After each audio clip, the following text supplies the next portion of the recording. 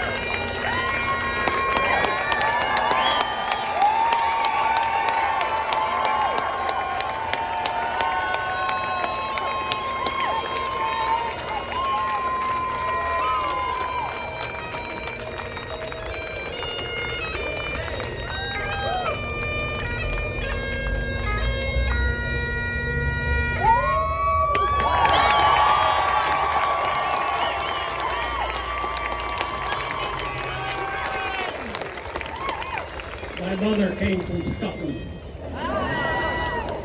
My mother's people came from Scotland. And so it's a little bit appropriate to have that kind of introduction. What a wonderful group of speakers we've had.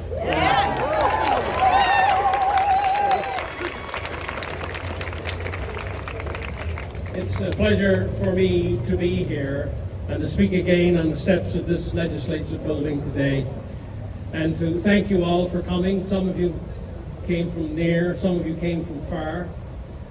I was lucky to have an email from a gentleman in Surrey a few days ago, and he asked me where I was going to be speaking next, and I told him I was going to be speaking here. He turns up with his Charter of Rights and Freedoms to get it signed today, so I know this gentleman came from Surrey. It was a lady from around here, an elderly lady who emailed me this week as well. And another lady from Nanaimo emailed me, and I told them I was going to be here, and I never got up here 3 minutes before the two of them turned up. And behind me, as you notice, there are a number of flags. And they're all very important flags. But there was one province of Canada that never had its own flag until the 1980s. And one of the things I had promised when I was running for the leadership to be Premier of Newfoundland and Labrador was that if I was lucky enough to get elected, that I would introduce our own flag for the province of Newfoundland and Labrador. There it is. Where is it? There it is.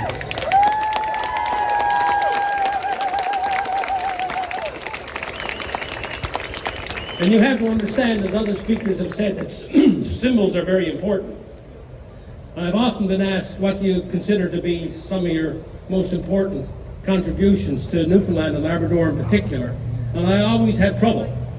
I always have trouble between the Atlantic Accord, which brought billions of dollars to the province that they otherwise wouldn't have, and other material kinds of improvements. But you know something? That flag will be around long after all those, perhaps other improvements, mean that much. Symbols are important. That's why the people who are flying the Canadian flag today and flying other flags are so important, because they're permanent. Something like the Constitution was supposed to be. Something like the Charter of Rights and Freedoms was supposed to be.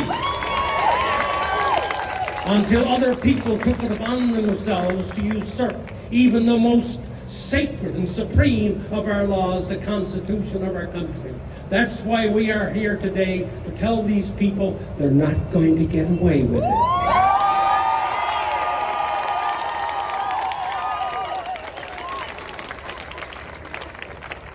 Never forget, we stand on the shoulders of a Solon in Greece. We stand on the shoulders of a Socrates in Greece. We stand on the shoulders of a Pericles in Greece, 390 BC.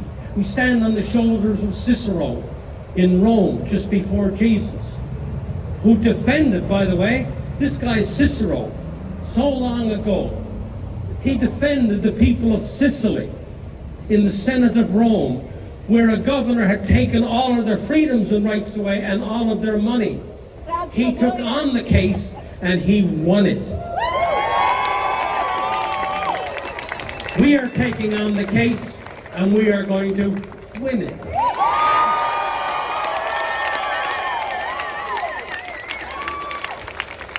Don't forget the Gandhis of this world.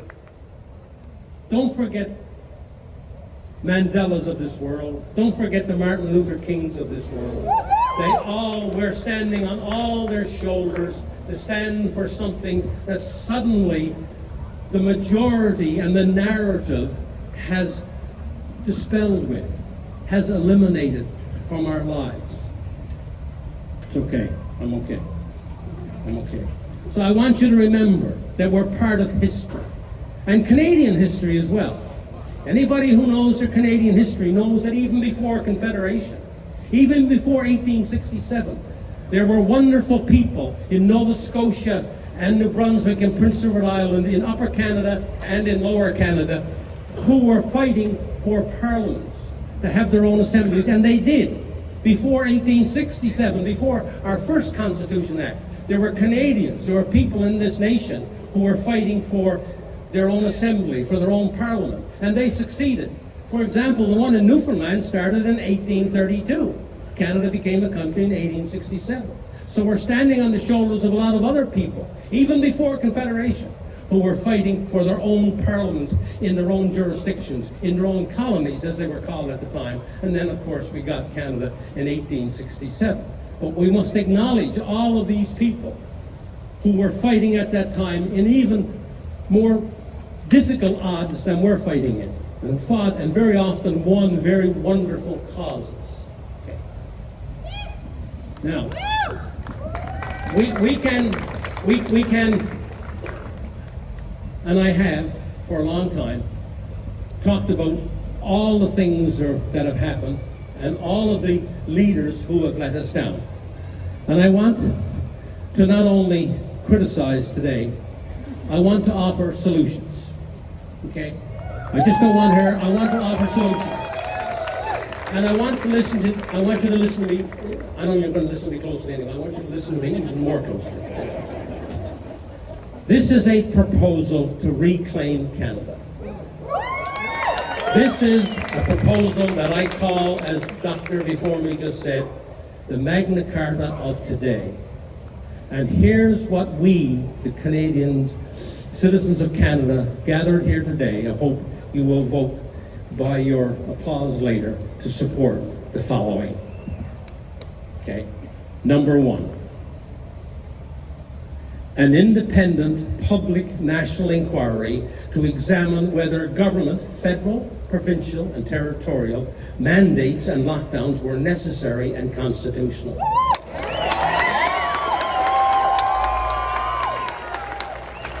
People in government and their agencies who are found guilty of breaking the law after due process must be brought to justice.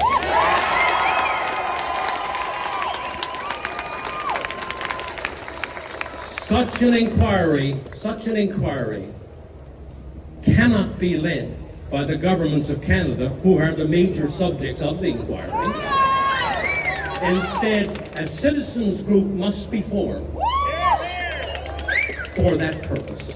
And these governments and their agencies must open their books and release to the inquiry and to all the public all the necessary relevant information concerning their actions during the pandemic. We talk accountability. This is accountability. Number two, this is a tough one to swallow, as a lot of the other ones I mentioned are going to be tough to swallow.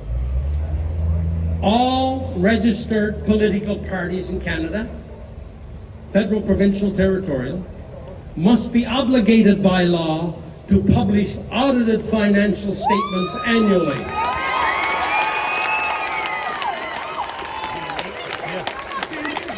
Do you know, some of you who follow me real closely know, do you know that right now none of the federal political parties who are in the House of Commons published any audited financial statements?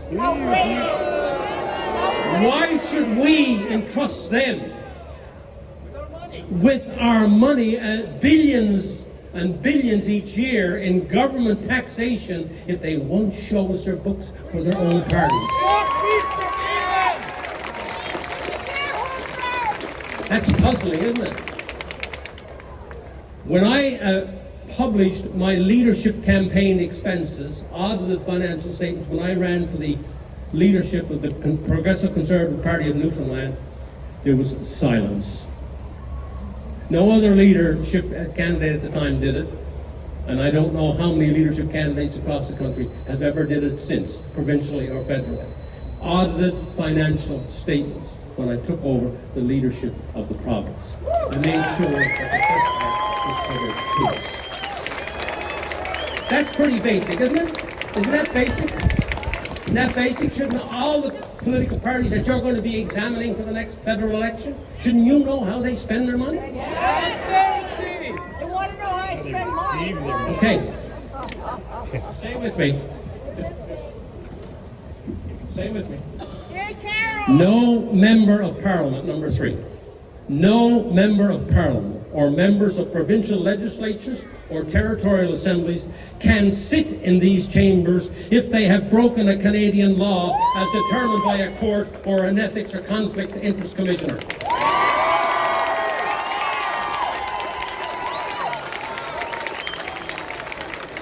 Why should we have lawbreakers be lawmakers? The Prime Minister of Canada today sits in the Parliament and he's broken the law 5 times.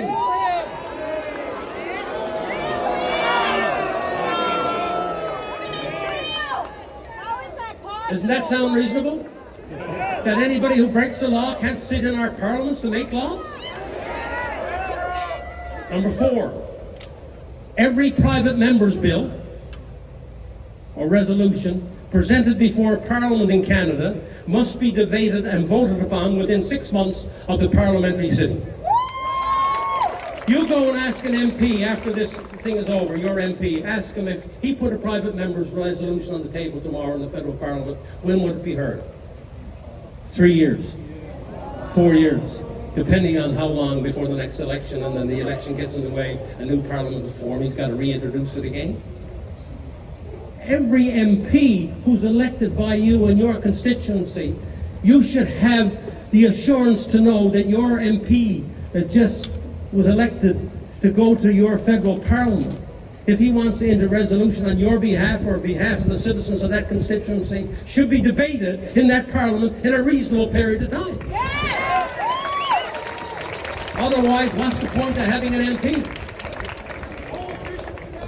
How about this one? Going to get in a lot of trouble on this one.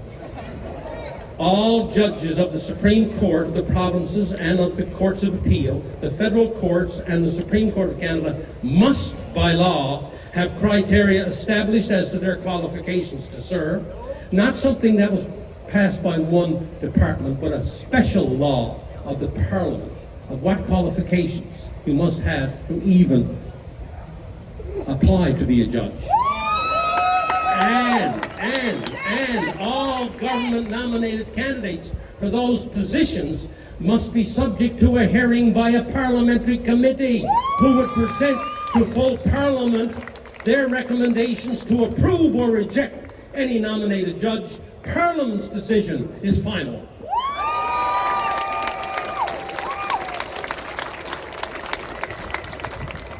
One time, 10 years ago, I would never say this.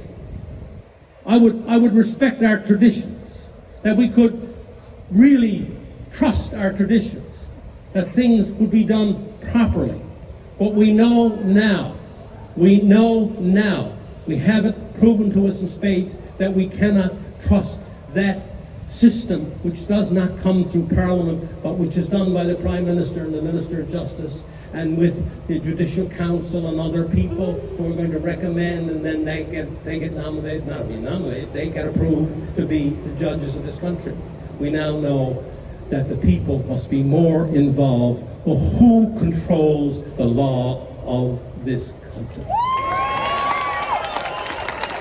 Who interprets the law of this country. If, in fact, as all the political philosophers say, the final thing rests with the people, then it should happen to this too. Absolutely, 100%. Thank you. How about this one? And you'll remember this one from a few years ago. All parliamentary committees of all Canadian parliaments must have safeguards whereby the majority of the committee cannot close down those committees when the business of the committee has not been completed.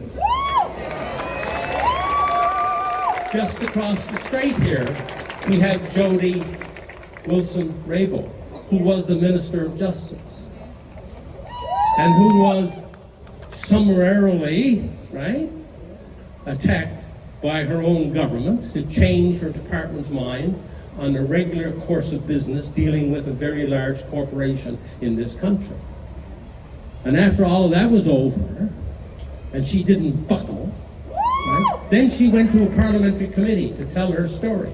And what happened when she went to a parliamentary committee to tell her story? The committee suddenly closed down, even though she had more to say. How could that happen in a democracy? How could that happen?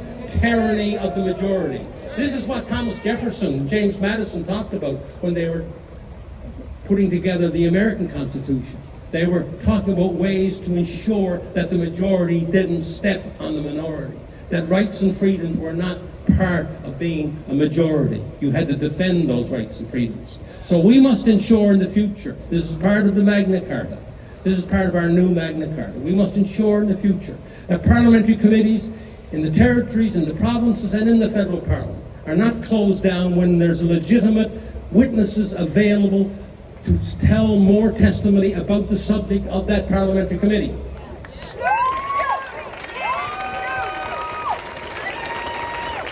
And this was a former Minister of Justice. This was an MP of the Parliament being shut down from telling her story by whom? By Parliament. You know that is wrong. And this cannot be. And if these things are not changed, these are the fundamentals of our system. Okay? If these things are not changed, if we don't have honest political parties to start with, how can we have honest governments later? One follows the other. How about this one? How about this one? Here's another of our new Magna Carta for Canada.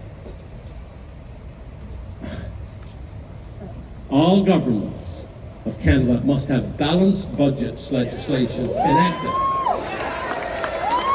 with no exceptions except in time of war or insurrection or the country's existence is at stake. And the government would have to prove that in order not to have a balanced budget. They have to prove that. So balanced budgets, we're not going to allow our grandchildren and our great-grandchildren to pay off our silly, foolish, undisciplined ways. No more taxes!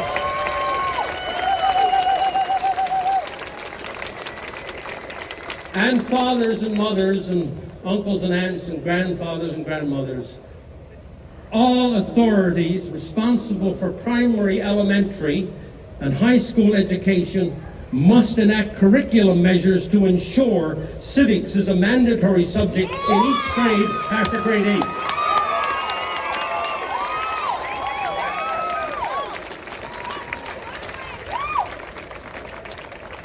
You ask a kid on the street here today, even perhaps a graduate of university, find Prince George on the map, and they wouldn't be able to tell. Right? Wouldn't be able to tell. And by the way, I had personal experience of that happening to me with a person who had a master's of arts from a Canadian university who worked for me in Vancouver after I moved out to British Columbia. I had to take these people off the phones with the company I worked for because somebody would be calling in from Prince George or Sicamous or Vernon, right? Or Vanderhoof, right? Or wherever, mainly in British Columbia. And these people didn't know where they were calling from. I had a master's degree. And you all know yourselves, I don't have to explain this to you. One of our big problems today is because we don't even understand our own Constitution. And why don't we understand our Constitution? Because we don't have any basic understanding of it, because it wasn't mandatory in our schools, it wasn't mandatory in our universities, and we became quite uninformed about who we are, how we get there, and how we are governed. This is mandatory from my point of view.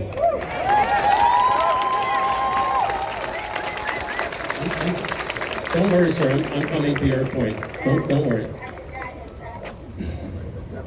How about this one? The power of the Prime Minister must be reduced.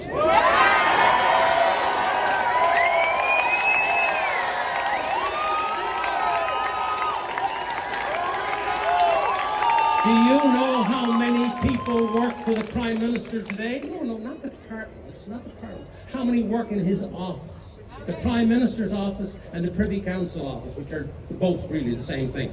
How many work? Over 1,500.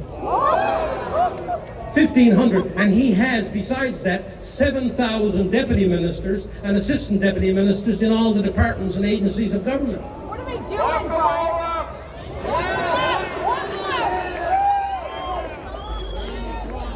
That number must be reduced to not more than 500. Now listen to this, and I just looked this up the other day, and I even got a shock because I was using a lower number.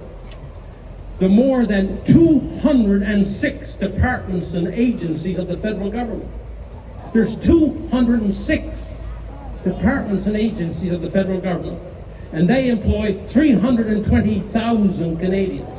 So let those departments and those public servants do the work in the Prime Minister's office, because that's what they were elected to do being in the first place. That's what they were hired to do in the first place. Let the deputy ministers and assistant deputy ministers do their job, not have it come out of the Prime Minister's office. The power of the Prime Minister and the premiers has become too powerful. We now have an executive government, not a parliamentary government. We have an executive government without a shot being fired. The Prime Minister of Canada was acting like he was President of the United States, rather than as the Prime Minister of Canada.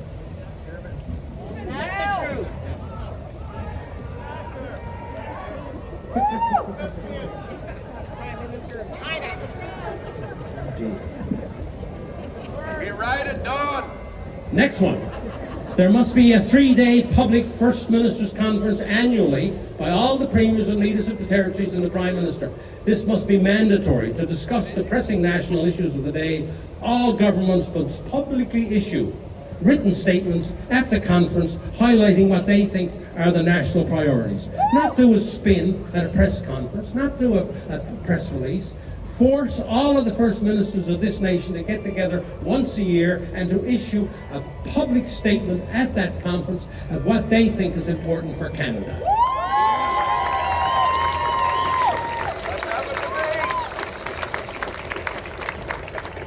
You like this one? Canadian courts hearing a constitutional case related to the Charter of Rights and Freedoms must be obligated to consider in their written rulings the two introductory concepts of the Charter, the supremacy of God and the rule of law.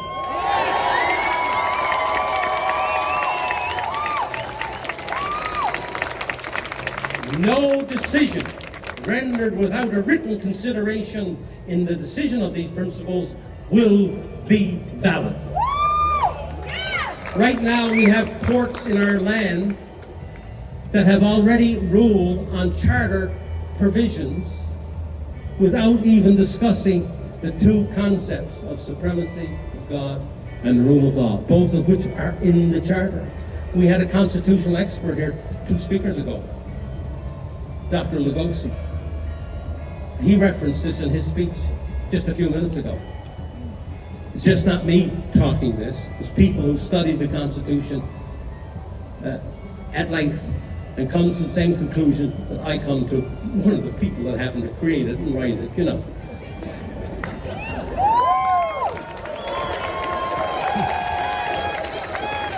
Two more.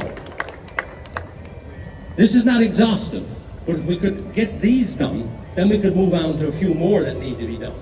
But here are 2 more, and these are very, very current. Canada, this is another declaration of our new Magna Carta, Canada must remain a sovereign nation.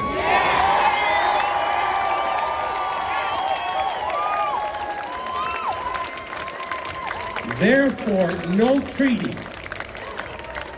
or international regulations of any kind can be agreed to by Canada that in any way erode our sovereignty.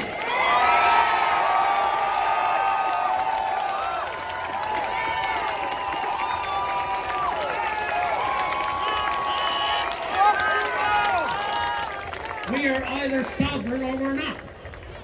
You can't be half sovereign, nor can you be half free. You can't be half sovereign. Whatever you think of Trump, just put it one side. Whether he did it by accident, whether he did it, however he did it, when he got out of that Trans-Pacific Treaty thing, and when he got out of the World Health Organization, he was right.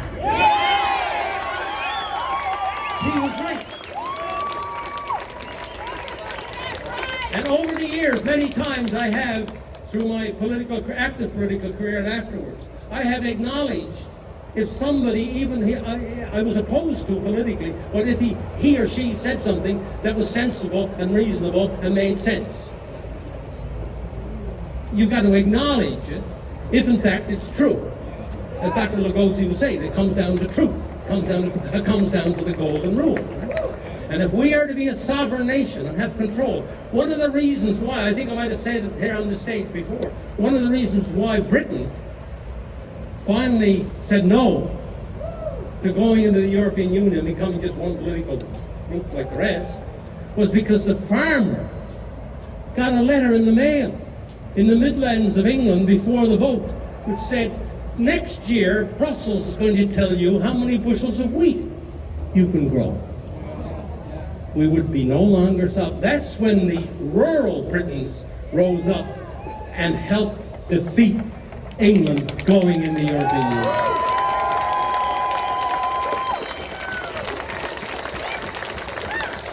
If you don't want somebody else deciding your bushels of wheat, then we will reject what the government of Canada and now the government of the United States and other countries are trying to do by amending these international regulations, health regulations, to give control over what they think is an emergency has to be an emergency in Canada.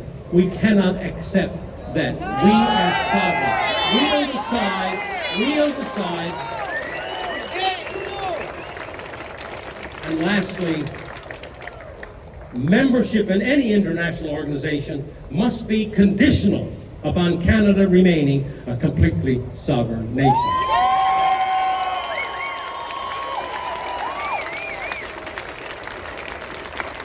So to those who say that we are only here to attack,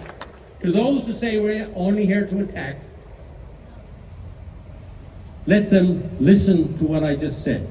Let them read what we just completed.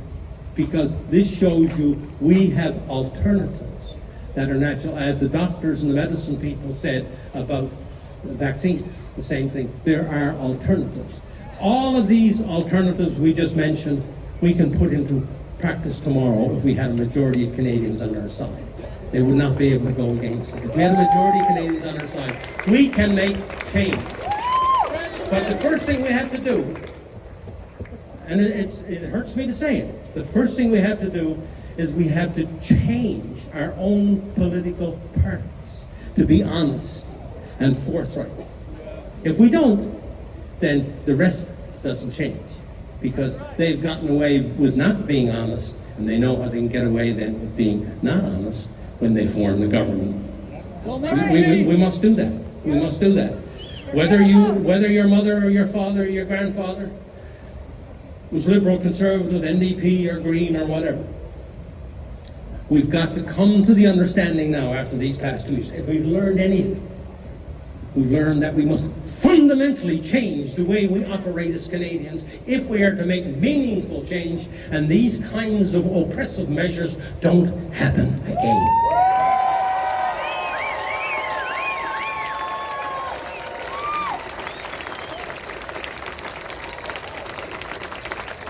A gentleman came up to me over here 5 minutes before I was due to speak, and he said, "Brian, when you get up to speak, I'm counting on you. Do something for me. I said, okay, sir, what's that? He said, please acknowledge and get the people here to acknowledge the hurt and the suffering that's happening right now amongst families, small businesses and others who've been hurt either because of the mandates and the draconian measures that have been put in, where there was delayed surgeries, delayed specialist appointments, or people who've been hurt because of the vaccine. There are a lot of people hurting, and we must acknowledge that. Not only ways to rectify, we must acknowledge that even out here amongst the people that are here today, you have either relatives or friends who have been hurt by what's happened in the last 2 years. We must acknowledge that they're in pain. We have it in our own family. We have it in our own extended family, Carol and I. All the way to death. And the children, and the children. And so we must, in exclaiming freedom, and explaining all those shoulders that we're standing on, right back to Socrates, we have to acknowledge right here, right now, this moment, all those people, including children, who are hurting because of what happened in the last 2 years. And we must make these changes so this does not happen ever again.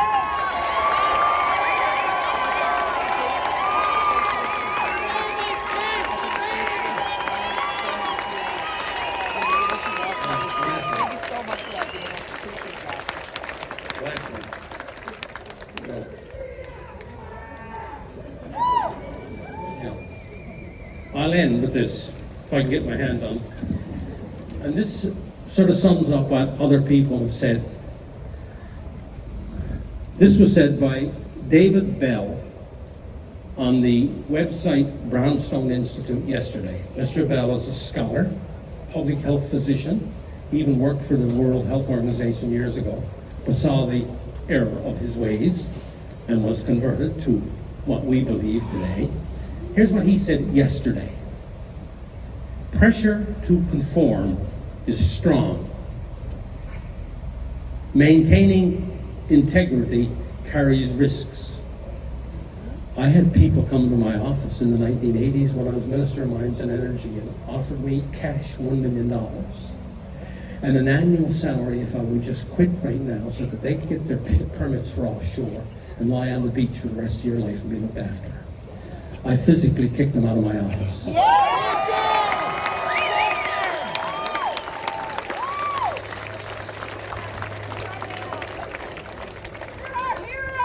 When people tell me stories, and a lot of people can say, you know, they may be true, they may not be true.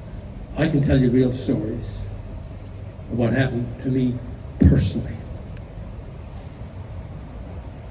Okay. That's not the only one. I could stay here till quite late, tell you other such stories, and I can verify every single one of them for you. And most people who know me know I can verify every one of those stories. That's why I'm still standing here today. Thank you, Brian. Thank you. We all have families. We all have families, jobs, and lifestyles to protect. The belief of many that the humanitarian sector was somehow different should be now shattered.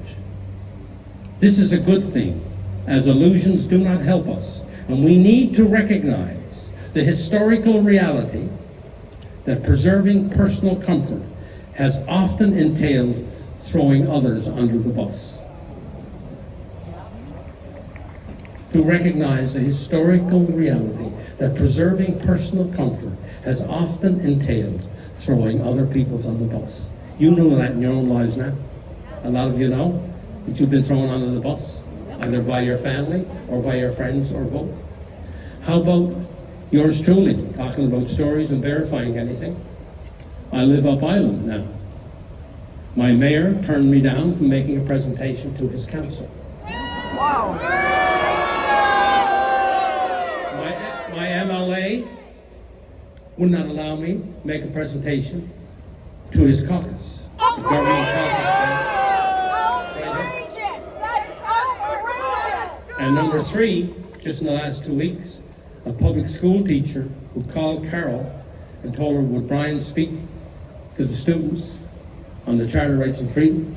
She jumped at the chance, I jumped at the chance, and we agreed.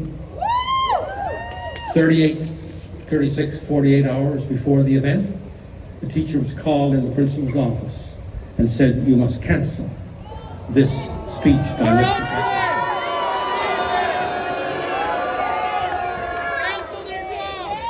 Three things in my own small city happened to me personally. That's why personal comfort and looking after one's own job, I was thrown under the bus. When the tide turns, the easiest approach is to turn with it. As a staff member of an international agency said to me recently, the money is going into the pandemic preparedness. You have to accept and go with it. And here's his final sentence, 2 sentences. As an insight into humanity, this response is disappointing. We are always poorly served by cowardice. We are always poorly served by cowardice. Tyranny thrives when good men But do recognizing how things are, and that help is not coming from those who were paid to do so, will strengthen the resolve of the rest of humanity to move forward without them, taking the future into their own hands.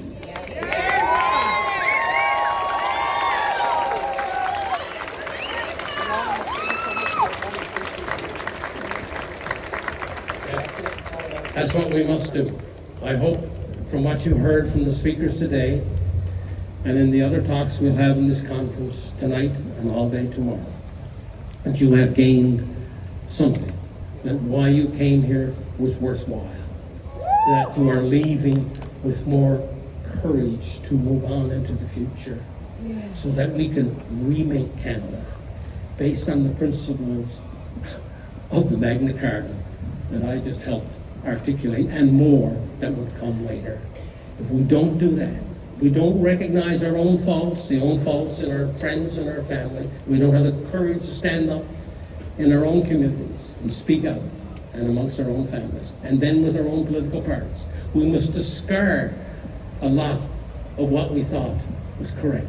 My mom one time, the doctor said, go out and jump in the lake and stay under the water for the next half an hour, she perhaps would have done it. We know now that that's not a pretty realistic thing to do.